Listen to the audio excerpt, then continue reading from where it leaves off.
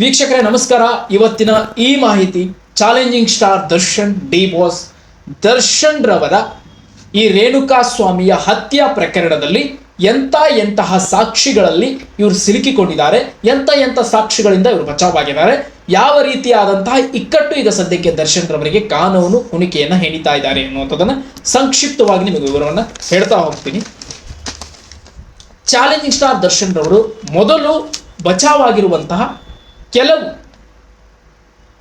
ಈ ತನಿಖಾ ವ್ಯವಸ್ಥೆಯಲ್ಲಿ ಯಾವ ವಿಚಾರಗಳಲ್ಲಿ ದರ್ಶನ್ ಸರ್ ಬಚಾವಾಗಿದ್ದಾರೆ ಅನ್ನುವಂಥದ್ದನ್ನು ನಿಮ್ಮ ಮುಂದೆ ಹೇಳಿ.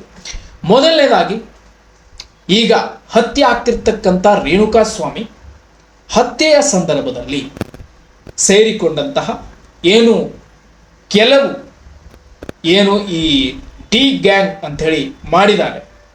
A1, A2, A3, A4, A5, A6, A7 ಅಂತ ಈ ಥರ ಅವರಿಗೆ ಒಂದು ಪ್ಲಾಟ್ಫಾರ್ಮ್ ಮಾಡಿದ್ದಾರೆ. ಸೊ ಆ ಪ್ಲಾಟ್ಫಾರ್ಮಲ್ಲಿ ಯಾರ್ಯಾರು ಯಾವ ಆರೋಪಿ ರೇಣುಕಾ ಸ್ವಾಮಿಯ ಕಣ್ಣಿನಲ್ಲಿ ಸೆರೆಯಾಗಿದ್ದಾರೆ, ಅಂದ್ರೆ ಈಗ ಹತ್ಯೆ ಆಗ್ತಿರ್ತಕ್ಕಂಥ ವ್ಯಕ್ತಿ ಕಣ್ಣನ್ನ ತೆರೆದಿದ್ದಾರೆ ಅಥವಾ ಕಣ್ಣಿಂದ ನೋಡಿದ್ದಾನೆ ಅನ್ನುವುದಾದ್ರೆ ಆ ಕಣ್ಣಿನಲ್ಲಿ ಕೆಲವು ಸಾಕ್ಷಿ ಆಧಾರಗಳು ಸಿಕ್ಕಿಬಿಡುತ್ತವೆ. ಯಾವ ವ್ಯಕ್ತಿ ಕಾಣಿಸ್ಕೊಳ್ತಾನೆ ಆ ಕಣ್ಣಿನಲ್ಲಿ, ಯಾವ ವ್ಯಕ್ತಿಯ ನೆರಳು, ಯಾವ ವ್ಯಕ್ತಿಯ ಭಾವಚಿತ್ರ, ಯಾವ ವ್ಯಕ್ತಿಯ ವಿಚಾರ, ಯಾವ ವ್ಯಕ್ತಿ ಇದ್ದಾನೆ, ಯಾವ ವ್ಯಕ್ತಿಯ ರೂಪಾಂತರ ಕಾಣಿಸ್ಕೊಂಡಿದೆ, ಅದೆಲ್ಲವೂ ಕೂಡ ಚೆಕ್ ಮಾಡ್ತಾರೆ. ಆ ಸಂದರ್ಭದಲ್ಲಿ ರೇಣುಕಾ ಸ್ವಾಮಿಯ ಕಣ್ಣಿನ ವಿಚಾರದಲ್ಲಿ, ರೇಣುಕಾ ಸ್ವಾಮಿಯ ಕಣ್ಣಿನಲ್ಲಿ ಏನು ಸಾಕ್ಷಿಯನ್ನ ತನಿಖೆ ಮಾಡ್ತಾ ಇದ್ರು ಆ ತನಿಖಾ ಒಂದು ವ್ಯವಸ್ಥೆಯಲ್ಲಿ ದರ್ಶನ್ ಸರ್ ಬಚಾವಾಗಿದ್ದಾರೆ. ಅಂದ್ರೆ ಆ ರೇಣುಕಾ ಸ್ವಾಮಿಯ ದೃಷ್ಟಿಯ ಕೋಣದಲ್ಲಿ ದರ್ಶನ್ ಸರ್ ಮಿಸ್ ಆದ್ರು, ಅಂದ್ರೆ ಅಲ್ಲಿ ದರ್ಶನ್ ರವರು ಕಾಣಿಸಿಕೊಂಡಿಲ್ಲ ಅನ್ನುವಂತ ಒಂದು ಸತ್ಯಾಂಶ ಹೊರಬಿದ್ದಿದೆ. ಈಗ ನಂತರದ ವ್ಯವಸ್ಥೆಯಲ್ಲಿ ದರ್ಶನ್ ಇನ್ನೊಂದು ವ್ಯವಸ್ಥೆಯಲ್ಲಿ ಪಾಸ್ ಆಗಿದ್ದು ಅಥವಾ ಬಚಾವಾಗಿದ್ದು ಅಂತಂದ್ರೆ, ಒಂದು ಕೂದಲು, ಹೇರ್, ಇದರಲ್ಲೂ ಕೂಡ ಬಹುತೇಕ ಅವರು ತನಿಖೆ ಮಾಡಿದ ಸಂದರ್ಭದಲ್ಲಿ ಅವರ ಕೂದಲು ಸಿಕ್ಕಿದೆ, ಅದು ಚೆಕ್ ಮಾಡಲಾಗಿದೆ ಅಂತ ಹೇಳಲಾಗ್ತಾ ಇದ್ದಿಲ್ಲ. ಇದರಿಂದಲೂ ಕೂಡ ಬಚಾವಾಗಿದ್ದಾರೆ ಎನ್ನುವ ಒಂದು ಮಾಹಿತಿ ಇದೆ. ಸೊ ಈ ಎರಡನ್ನ ಬಿಟ್ರೆ ಇನ್ನು ಅವರ ಸುತ್ತ ಕಾನೂನು ಸೃಷ್ಟಿಸಿದಂತ ಅಂದ್ರೆ ಏನು ಇರ್ತಕ್ಕಂಥ ಹೈ ವಿಟ್ನೆಸ್ ಸಾಕ್ಷಿ ಆಧಾರಗಳನ್ನು ಕಲೆ ಹಾಕಿರ್ತಕ್ಕಂತಹ ಈ ಟ್ರಯಲ್ಸ್ ಟೀಮ್ನ ಮತ್ತು ಈ ಪೊಲೀಸ್ ತನಿಖಾಧಿಕಾರಿಗಳು ಸೇರಿ ಈ ಒಂದು 272 ಸಾಕ್ಷಿ ಆಧಾರಗಳನ್ನು ಕಲೆ ಹಾಕಲಾಗಿದೆ. 272 ಸಾಕ್ಷಿ ಆಧಾರಗಳನ್ನು ಇಟ್ಟುಕೊಂಡು ದರ್ಶನ್ ರವರ ಸುತ್ತಮುತ್ತಲು ಕಾನೂನಿನ ಬೇಲಿಯನ್ನು ಹೆಣೆದಿದ್ದಾರೆ. ಸೊ ಈ 272 ಸಾಕ್ಷಿ ಆಧಾರ ವ್ಯವಸ್ಥಿತಗತವಾಗಿ ಕೆಲವು ಪಾಯಿಂಟ್ಸ್ಗಳು ಹೊರಗೆ ಬಂದಿರುವಂಥದ್ದು ಏನು ಅನ್ನೋದನ್ನು ಕೂಡ ನಿಮ್ಮ ಮುಂದೆ ನಾನು ಬಹಳ ವಿವರವಾಗಿ ಹೇಳ್ತಾ ಹೋಗ್ತೀನಿ, ಕೇಳ್ತಾ ಹೋಗ್ತೀನಿ. ನೋಡಿ, ಚಾಲೆಂಜಿಂಗ್ ಸ್ಟಾರ್ ದರ್ಶನ್ ರವರು ಶೆಡ್ಡಿನ ಬಳಿಗೆ ಹೋದಂತಹ ಸಂದರ್ಭದಲ್ಲಿ ಆ ದರ್ಶನ್ ರವರ ಕೆಂಪು ಅಂದ್ರೆ ರೆಡ್ ಕಾರ್ ಅಂತಲ್ಲ, ಟಾರು, ಆ ತಾರ್ನಲ್ಲಿ ದರ್ಶನ್ ರವರು ಇಲ್ವಾ, ಎಷ್ಟು ಜನ ಇದ್ರು, ಯಾರ್ಯಾರಿದ್ರು, ಅವ್ರು ಹೇಗೆ ಬಂದ್ರು, ಹೇಗೆ ಹೋದ್ರು ಅಂತ ಯಾರೋ ಒಂದು 5 ಜನ ನೋಡಿದಾರಂತೆ. ಅಲ್ಲಿ ಆ 5 ಜನರನ್ನು ಕೂಡ ಈ ಪೊಲೀಸ್ ತನಿಖಾಧಿಕಾರಿಗಳು ತಮ್ಮ ಹೈ ವಿಟ್ನೆಸ್ ಸಾಕ್ಷಿ ಆಧಾರಗಳನ್ನಾಗಿ ತಗೊಂಡು ಇಟ್ಕೊಂಡಿದ್ದಾರೆ. ಆ 5 ಜನ ಕೋರ್ಟ್ ಅಲ್ಲಿ ಬಂದು ಹೇಳೋರಿದಾರಂತೆ, ಹೌದು ಅದರಲ್ಲಿ ದರ್ಶನ್ ರವರಿದ್ರು ಅಥವಾ ಇನ್ನು ಬೇರೆಯವರಿದ್ರು, ಯಾರ್ಯಾರಿದ್ರು ಅದನ್ನ ಅವ್ರು ಹೇಳ್ತಾರಂತೆ. ಸೊ ಇದು ಹೊರಬಿದ್ದಿರುವಂತ ಸತ್ಯಾಂಶ. ಇನ್ನು ಇದರಲ್ಲಿ ಇನ್ನೊಂದಿಷ್ಟು ವಿಚಾರಗಳು ಬರುತ್ತೆ. ಆ ವಿಚಾರಗಳು ಯಾವ ಪಾಯಿಂಟ್ಸ್ಗಳಪ್ಪ ಅಂದ್ರೆ, ಇನ್ನು ಖುದ್ದು ದರ್ಶನ್ ರವರು, ಪವಿತ್ರ ಗೌಡ ಅವರು ಅಲ್ಲಿದ್ರು, ಸ್ಪಾಟ್ ಅಲ್ಲೇ ಇದ್ರು, ಅವರು ಕೂಡ ಹಲ್ಲೆ ಮಾಡಿದ್ದಾರೆ ಅಂತ ಹೈ ವಿಟ್ನೆಸ್ ಸಾಕ್ಷಿ ಆಧಾರಗಳು ಪಟ್ಟಣಗೆರೆ ಸೆಡ್ಡಿನ 2 ಸೆಕ್ಯೂರಿಟಿ ಗಾರ್ಡ್ಸ್ ಅಂತ ಹೇಳಿ ಕೇಳಿ ಬರ್ತಾ ಇದೆ. ಅಂದ್ರೆ ಸೆಕ್ಯೂರಿಟಿ ಗಾರ್ಡ್ಸ್ 2 ಇದ್ರಂತೆ. ಆ 2 ಜನನು ಅಲ್ಲಿ ಪವಿತ್ರ ಗೌಡ, ದರ್ಶನ್ ಬಂದಿದ್ದು ನೋಡಿದ್ದಾರಂತೆ ಅಂತ. ಸೊ ಪೊಲೀಸ್ ತನಿಖಾ ಅಧಿಕಾರಿಗಳ ಒಂದು ತನಿಖೆಯಲ್ಲಿ ಆ 2 ಸೆಕ್ಯೂರಿಟಿ ಗಾರ್ಡ್ಸ್ ಬಂದು ಈಗ ಕೋರ್ಟ್ನ ಮುಂದೆ ಹೇಳಲಿದ್ದಾರಂತೆ.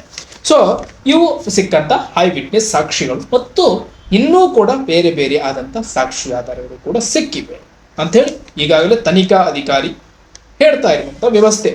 ಸೊ ನಿಮಗೆ ಗೊತ್ತಾಯ್ತು, ಬಹುತೇಕ ದರ್ಶನ್ ರವರ ವಿರುದ್ಧ ಹೈ ವಿಟ್ನೆಸ್ ಆಗಿ ನಿಂತ್ಕೊಂಡಿರೋರೆ ದರ್ಶನ್ ರವರ ಬೆಂಬಲವಾಗಿರ್ತಕ್ಕಂಥ ವ್ಯಕ್ತಿಗಳು. ನೋಡಿ, ದರ್ಶನ್ ರವರು ಪಟ್ಟಣಗೆರೆ ಸೆಡ್ಗೆ ಬಂದಿದ್ದಾರೆ, ಅದನ್ನ ನಾವು ನೋಡಿದೀವಿ ಅಂತ ಹೇಳಲಿಕ್ಕೆ ಆ 5 ಜನ ಹೈ ವಿಟ್ನೆಸ್ಗಳು ಆಗಿರ್ತಕ್ಕಂಥ 5 ಜನರು ಯಾರು? ಇದು ಒಂದಾದ್ರೆ, ಇನ್ನು ಅಲ್ಲಿ ಇರ್ತಕ್ಕಂಥ ಪಟ್ಟಣಗೆರೆ ಸೆಡ್ಡಿಗೆ ಇರ್ತಕ್ಕಂಥ 2 ಸೆಕ್ಯೂರಿಟಿ ಗಾರ್ಡ್ಸ್ ದರ್ಶನ್ ಪವಿತ್ರ ಗೌಡ ಬಂದಿದ್ರು, ಹಲ್ಲೆ ಮಾಡಿದ್ರು ಅಂತ ಹೇಳಲಿಕ್ಕೆ ಅವರು ಕೂಡ ಹೈ ವಿಟ್ನೆಸ್ ಆಗಿದ್ದಾರೆ. ಅಂದ್ರೆ ಆ ಪಟ್ಟಣಗೆರೆ ಸೆಡ್ಗೆ ಇರ್ತಕ್ಕಂಥ ಆ 2 ಸೆಕ್ಯೂರಿಟಿ ಗಾರ್ಡ್ಸ್ ಯಾರು?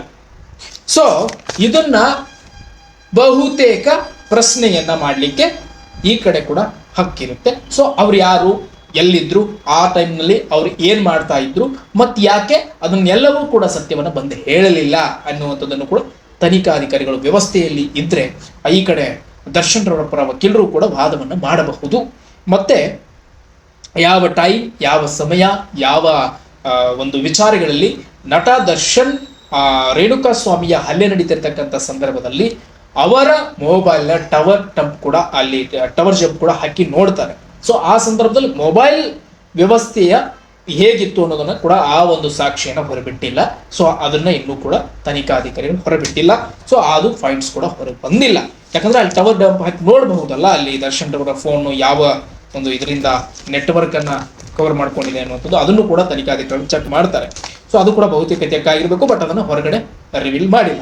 ಸೊ ಇದನ್ನ ನೋಡ್ತಾ ಇದ್ರೆ ಬಹುತೇಕ ದರ್ಶನ್ ರವರ ಸುತ್ತ ಹೆಣದಿರುವಂತ 272 ಸಾಕ್ಷಿ ಆಧಾರಗಳು ಬಹು ನಿರೀಕ್ಷಿತವಾಗಿ ಮತ್ತು ಬಹಳ ಹೈ ವಿಟ್ನೆಸ್ ಸಾಕ್ಷಿಗಳನ್ನಾಗಿ ಇಟ್ಟಿದ್ದಾರೆ ಅನ್ನುವಂಥದ್ದು ಗೊತ್ತಾಗ್ತಿದೆ. ಬಹುತೇಕ ಏನಾದ್ರೂ ಈ ಹೈ ವಿಟ್ನೆಸ್ ಸಾಕ್ಷಿಗಳಲ್ಲಿ ಸಾಕ್ಷಿಯನ್ನ ಹೇಳಲಿಕ್ಕೆ 5 ಜನ, 2 ಸೆಕ್ಯೂರಿಟಿ ಗಾರ್ಡ್ಸ್, ಇನ್ನು ಯಾರ್ಯಾರಿದಾರೋ ಇವರೆಲ್ಲ ಯಾರು, ಇವರು ಮೊದಲೆಲ್ಲ ಎಲ್ಲಿದ್ರು, ಇವರು ಸಡನ್ ಆಗಿ ಹೀಗೆ ಬಂದಿದ್ದಾರೆ, ಹೀಗಾಗಿದೆ, ಈಗ ಇವ್ರು ಇದ್ರು, ದರ್ಶನ್ ರವರು ಮತ್ತು ಪವಿತ್ರ ಗೌಡ ಪಟ್ಟಣಗೆರೆ ಶೆಡ್ ಅಲ್ಲಿ ಇದ್ರು, ರೇಣುಕಾ ಸ್ವಾಮಿಗೆ ಬಡದಿದ್ದಾರೆ ಅಂತ ಏನಾದ್ರು ಹೇಳಿದ್ರೆ, ಸೊ ಆ ವ್ಯವಸ್ಥೆಯನ್ನು ಕೂಡ ಕೋರ್ಟ್ ಆಲೋಚಿಸಿ ಸೊ ಯಾವ ನಿರ್ಣಯವನ್ನು ತೆಗೆದುಬೇಕು ಅನ್ನೋದು ನೋಡುತ್ತೆ. ಯಾಕಂದ್ರೆ ನಾನು ನೋಡಿದ್ದೇನೆ ಅಂತ ಯಾರಾದ್ರೂ ಹೇಳಿದ್ರೆ ಅದನ್ನ ಕೋರ್ಟ್ ಸಾಕ್ಷಿಯನ್ನಾಗಿ ಪರಿಗಣಿಸುತ್ತೆ. ಸೊ ಕೋರ್ಟ್ನ ಕಟಕಟೆಯಲ್ಲಿ ನಿಂತ್ಕೊಂಡು ಸಾಕ್ಷಿಯನ್ನು ಹೇಳಿದ್ದೇ ಆದ್ರೆ ಕೋರ್ಟ್ ಅದನ್ನು ಪರಿಗಣಿಸಿಕೊಳ್ಳುತ್ತೆ. ಸೊ ಆ ತರ ಹೇಳಲಿಕ್ಕೆ 2 ಸೆಕ್ಯೂರಿಟಿ ಗಾರ್ಡ್ಸ್, 5 ಜನ ಸೊ ರೆಡಿ ಇದ್ದಾರೆ ಅನ್ನುವಂಥದ್ದು ಹೈ ವಿಟ್ನೆಸ್ಗಳಲ್ಲಿ ಸಾಕ್ಷಿ ಆಧಾರಗಳನ್ನ ಕಲೆ ಹಾಕಿದೀವಿ. 272 ಸೊ ಸಾಕ್ಷಿಗಳನ್ನ ಕಲೆ ಹಾಕಿದಾಗ ಈ ರೀತಿ 2 ಪಾಯಿಂಟ್ಸ್ಗಳು ಗಟ್ಟಿ ನಿರ್ಧಾರವಾಗಿವೆ ಅನ್ನುವಂಥದ್ದನ್ನು ಕೂಡ ಹೊರಬಿಟ್ಟಿರುವಂಥದ್ದು ಈ ವ್ಯವಸ್ಥೆ, ಈ ತನಿಖಾಧಿಕಾರಿಗಳಿಂದ. ಬಟ್ ಇನ್ನು 272 ಸಾಕ್ಷಿ ಆಧಾರಗಳಂದ್ರೆ ಇನ್ನು ಯಾವ್ಯಾವ ರೀತಿ ಕಲೆಯನ್ನು ಹಾಕಿದ್ದಾರೆ, 272 ಸಾಕ್ಷಿಗಳಲ್ಲಿ ದರ್ಶನ್ ರವರು ಬಚಾವಾಗ್ಲಿಕ್ಕೆ ಸಾಧ್ಯನಾ ಅನ್ನುವಂಥದ್ದು ಬಹಳ ಬಹಳ ಬಹಳ ಬಹಳ ಬಹಳ ಕಠಿಣಕರವಾಗಿರ್ತಕ್ಕಂಥ ವಿಚಾರ. ಬಟ್ ಏನೇ ಆಗ್ಲಿ ಒಳ್ಳೇದಾಗ್ಲಿ, ನಟ ದರ್ಶನ್ ರವರು ಆದಷ್ಟು ಬೇಗ ಆಚೆ ಕಡೆ ಬಂದು ಸೊ ಮತ್ತೆ ಕನ್ನಡ ಚಿತ್ರರಂಗಕ್ಕೆ ಮೆರುಗು ತಗೊಂಡು ಬರಲಿ ಅನ್ನುವಂಥದ್ದನ್ನ ನಾವು ಹೇಳ್ತಾ ಈ ಒಂದು ಮಾಹಿತಿಯನ್ನು ಇಲ್ಲಿಗೆ ನಾನು ಸ್ಟಾಪ್ ಮಾಡ್ತಾ ಇದ್ದೀನಿ. ದಯವಿಟ್ಟು ದರ್ಶನ್ ಸರ್ ಅಭಿಮಾನಿಗಳು ನೊಂದ್ಕೊಳ್ಬೇಡಿ, ಬೇಜಾರಾಗಬೇಡಿ. ಸೊ ಏನೇ ಇದ್ರೂ ಕೂಡ ಒಂದು ಮಾತನ್ನ ನಿಮ್ಗೆ ಹೇಳ್ತೀನಿ, ಅದು ನಿಮ್ಮ ಬಾಸ್ ಅಂದ್ರೆ ಕರ್ನಾಟಕದ ಬಾಸ್ ಹೇಳಿರುವಂತ ಒಂದು ಮಾತೇನು ಅಂತಂದ್ರೆ, ಸೂರ್ಯನಿಗೆ ತುಂಬಾ ಹೊತ್ತು ಗ್ರಹಣ ಹಿಡಿಯಲ್ಲ ಚಿನ್ನ, ಒಂದೇ ಬರ್ತೀನಿ ಅಂತ ಏನ್ ಹೇಳಿದ್ದಾರೆ, ಬರ್ತಿದ್ದೀನಿ ಚಿನ್ನ ಅಂತ ಏನ್ ಹೇಳಿದ್ದಾರೆ, ಒಂದೇ ಬರ್ತಾರೆ, ವೇಟ್ ಮಾಡಿ. ಸೊ ಖಂಡಿತವಾಗಿ ಅವರ ಒಳ್ಳೆತನ ಅವರನ್ನ ಕೈ ಹಿಡಿಯುತ್ತೆ ಅಂತ ಹೇಳ್ತಾ ಈ ವಿಡಿಯೋನ ಇಲ್ಲಿಗೆ ಎಂಡ್ ಮಾಡ್ತಾ ಇದ್ದೀನಿ. ಮತ್ತಷ್ಟು ವಿಡಿಯೋಗಳೊಂದಿಗೆ ನಿಮ್ಮನ್ನ ಭೇಟಿ ಮಾಡ್ತೀನಿ.